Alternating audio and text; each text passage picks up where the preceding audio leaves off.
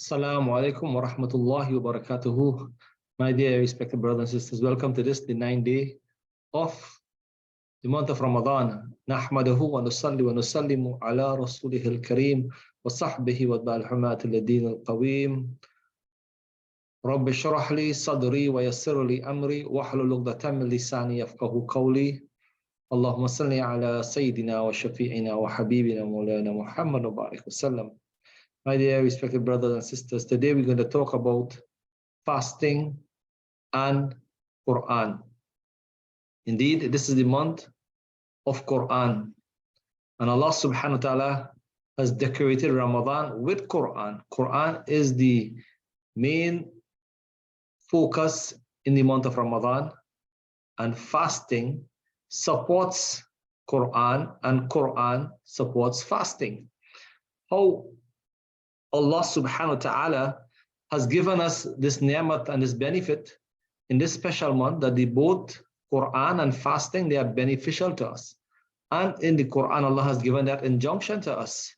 Shahru Ramadan alladhina unzila fihi al-Quran faman shahida minkum ash-shahra falyasum. Whoever witnesses this month, then they should fast. Allah Rabbul Izzah in His infinite mercy has placed the Quran as the guidance for mankind.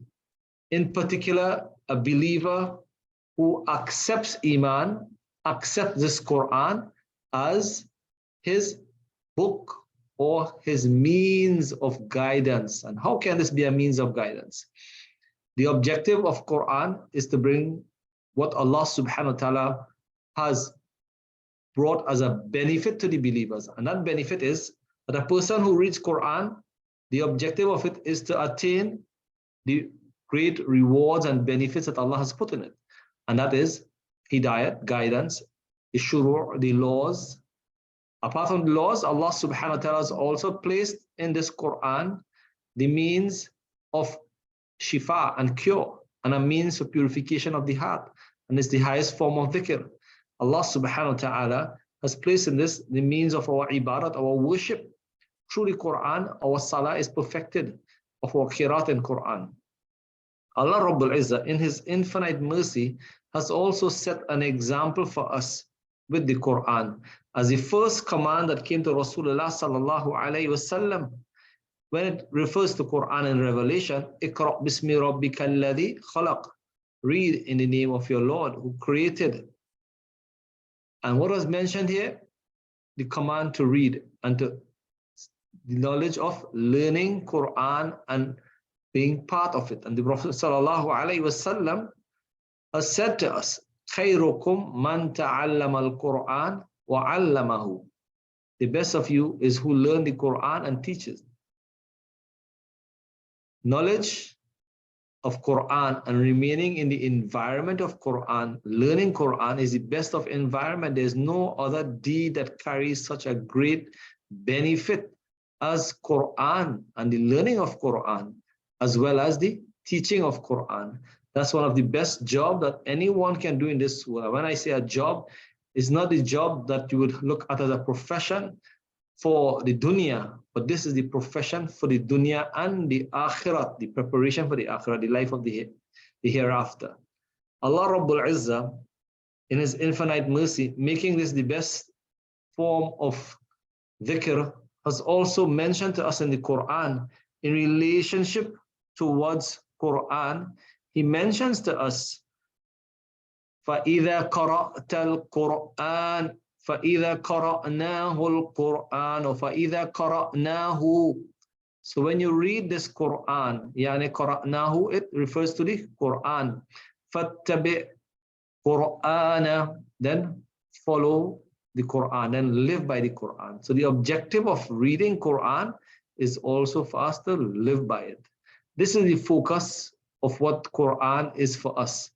Imam Ahmad alayhi rahmah, he mentions, the focus of Quran in our lives after the ilm and the knowledge of Quran, then where is the example of Quran and the practical example for us?